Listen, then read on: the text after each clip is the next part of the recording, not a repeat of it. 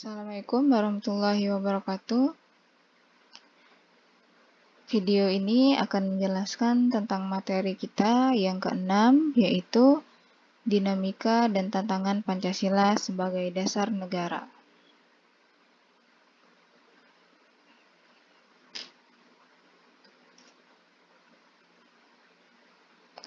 Kemarin kita sudah membahas mengenai Pancasila sebagai dasar negara. Nah, kali ini kita ingin melihat bagaimana dinamika Pancasila sebagai dasar negara. Apa yang dimaksud dengan dinamika?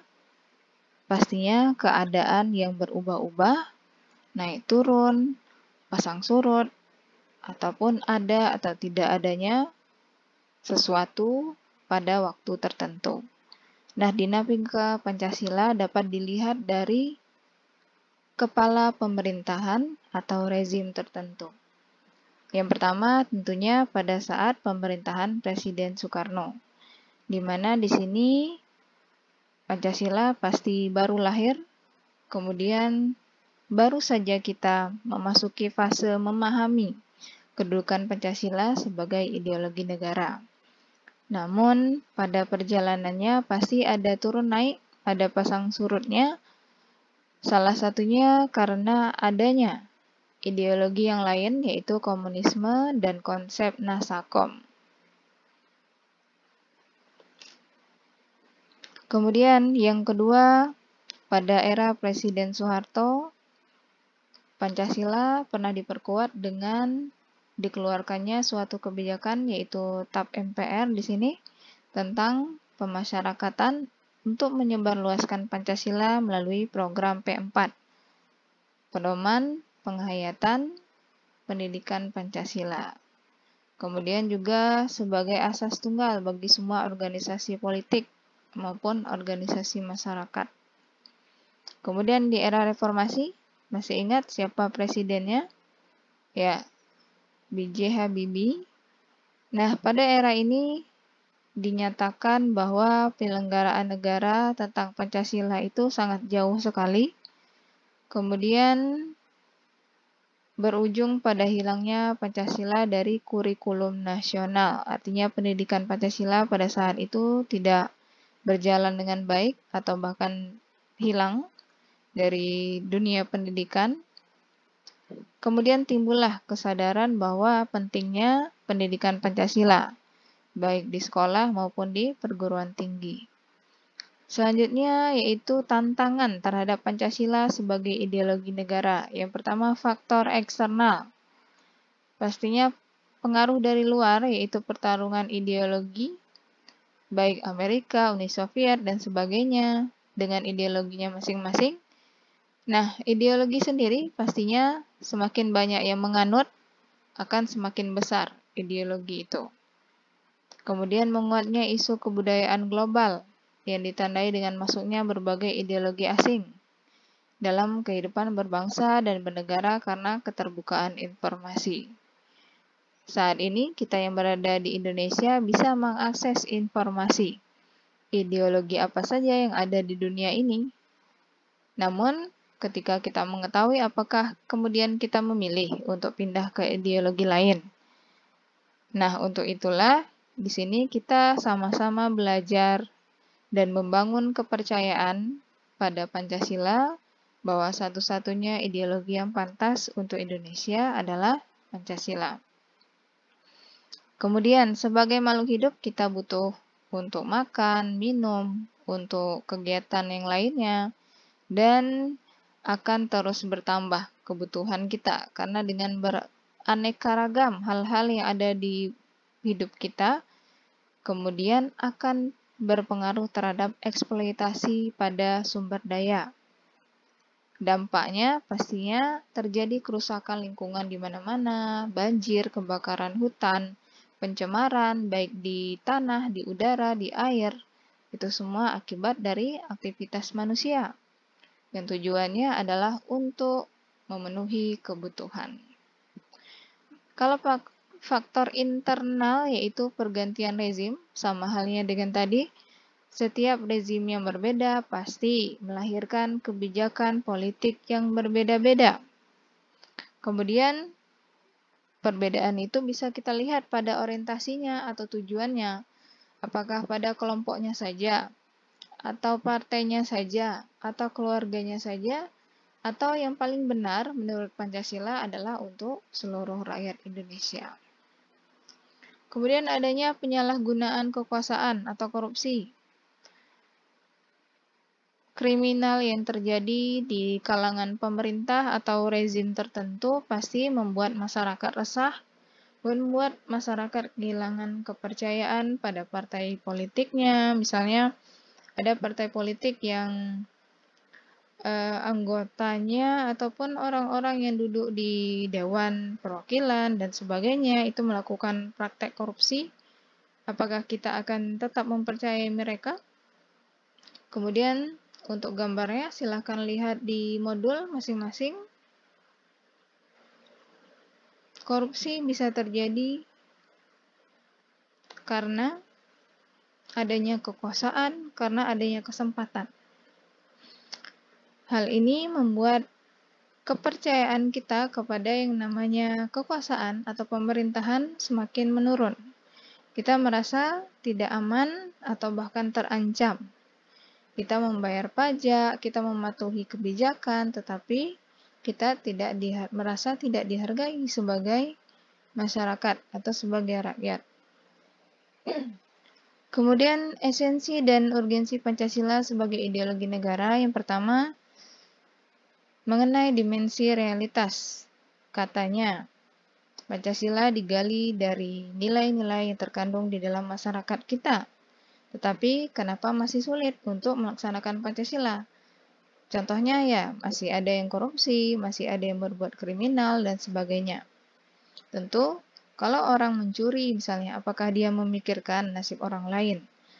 Kalau mencuri, sempat tidak mikir kalau dia melakukan hal tersebut bisa merugikan orang lain atau tidak. Karena dalam konsepnya, ketika kita berada di suatu negara, kita yakin kita bagian dari suatu bangsa, kita tidak boleh melakukan hal-hal yang merugikan untuk orang lain, untuk sesama kita. Kemudian konsep dimensi idealitas mengandung cita-cita ingin dicapai dalam berbagai bidang kehidupan. Tentunya seluruh masyarakat yang ada di Indonesia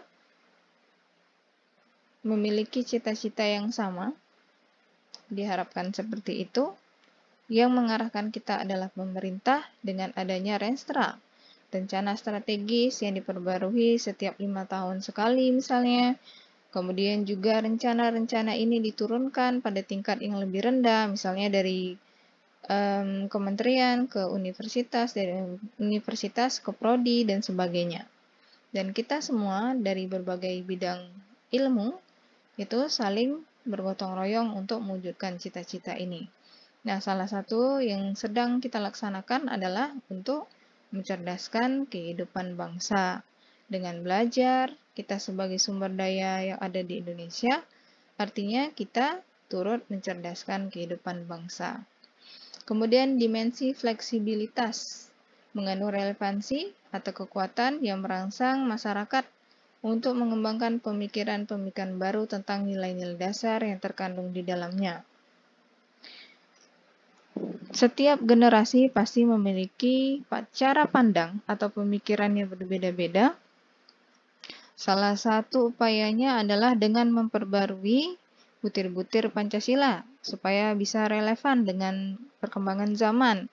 Kemudian juga di zaman kalian tentu berbeda dengan di zaman saya, bagaimana keadaannya, kemudian juga bagaimana mentalitas kita dalam menghadapi segala tantangan, segala perubahan. Disinilah kita ingin merangsang pikiran kita masing-masing supaya bisa fleksibel, tidak hanya terpaku pada 5 sila Pancasila saja, tapi bisa melihat dari berbagai aspek.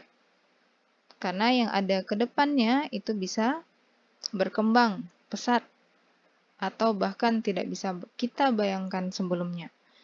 Tetapi kita mempunyai satu instrumen yang sama, yaitu Pancasila. Kemudian, peran konkret Pancasila sebagai ideologi. Yang pertama, sebagai penuntun. Jadi, pada preskripsi moral, yang menjadi dasar kita adalah Pancasila. Apakah sudah sesuai atau belum? Contohnya, ini marak sekali terjadi, kasus narkoba. Narkoba memang hal yang tidak asing bagi kita. Mudah-mudahan kalian belum pernah ya bertemu secara langsung atau bahkan sudah mencicipi. Ada yang pernah mungkin mencicipi? Ya, jangan sampai ya, karena sekali mencicipi, lama-lama bisa ketagihan. Kalau sudah ketagihan, akan merusak diri sendiri dan orang lain. Narkoba ini tentunya merusak secara fisik maupun psikis. Untuk itu kita yang ingin hidup dengan baik, dengan normal, punya cita-cita, punya mimpi-mimpi yang besar, kita tidak boleh terjerumus pada narkoba. Nah, biasanya orang-orang yang terjerumus pada narkoba ini adalah sebagai pelarian. Entah itu narkoba ataupun zat adiktif lainnya, termasuk rokok. Mungkin kalian merasa selama ini merokok itu hal yang biasa. Banyak orang yang merokok, kemudian rokok juga tersebar luas di mana-mana. Ada undang-undang yang mengaturnya dan membayar pajak. Tetapi, apakah kalian menyadari bahwa rokok juga termasuk zat yang adiktif? Karena itu bisa membuat tenang katanya kalau merokok. Karena itu tadi. Tetapi mungkin kadarnya lebih sedikit daripada barang-barang lainnya yang adiktif. Jadi jangan pernah ya coba-coba narkoba, narkotika.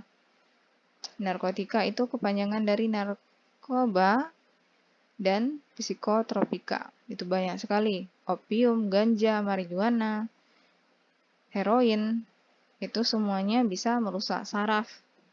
Kalau pengen hidup sehat dan normal, maka hiduplah dengan baik. Jauhi hal-hal negatif seperti itu. Caranya bagaimana? Mengendalikan diri. Pada saat punya masalah, seberat apapun masalah, jangan pernah lari, tapi hadapi. Kalau merasa lelah, ya istirahat, jangan berhenti. Karena semua orang juga punya masalah. Kuncinya adalah ketika punya masalah, jangan lari ke hal-hal negatif. Alihkan diri, alihkan pikiran untuk ke hal-hal yang positif, yang bisa membawa dampak yang baik untuk kehidupan. Kemudian, ideologi negara sebagai penolakan terhadap nilai-nilai yang tidak sesuai dengan Pancasila. Contohnya, masuknya terorisme ke negara kita. Kemudian, kalian juga pernah dengar adanya brainwash. Kemudian, orang-orang yang bisa melakukan terorisme ini diiming-imingi surga misalnya, karena ada paham-paham yang radikal, yang sesat. Karena katanya kalau ikut terorisme ini membunuh orang yang halal misalnya. Kemudian keyakinan yang sesat, yang salah, itu bisa memecah belah bangsa kita. Jadi, bagaimana caranya mereka itu merusak bangsa kita dari dalam? Artinya kita sendiri yang berperang di dalam sehingga kita hancur, ya kita juga sendiri yang hancur. Nah, tentunya ini dapat merusak ataupun mengganggu HAM, kemudian semangat persatuan kita, karena adanya hal-hal yang buruk yang terjadi. Terorisme ini tidak ada yang mendukung, agama manapun tidak ada yang mendukung terorisme. Perbuatan yang keji, yang kejam, dan tentunya mengganggu keamanan dan kenyamanan kita. Oke, sekian untuk materi kita yang kali ini, materi ke-6 kita. Mudah-mudahan bisa dipahami ya melalui video ini.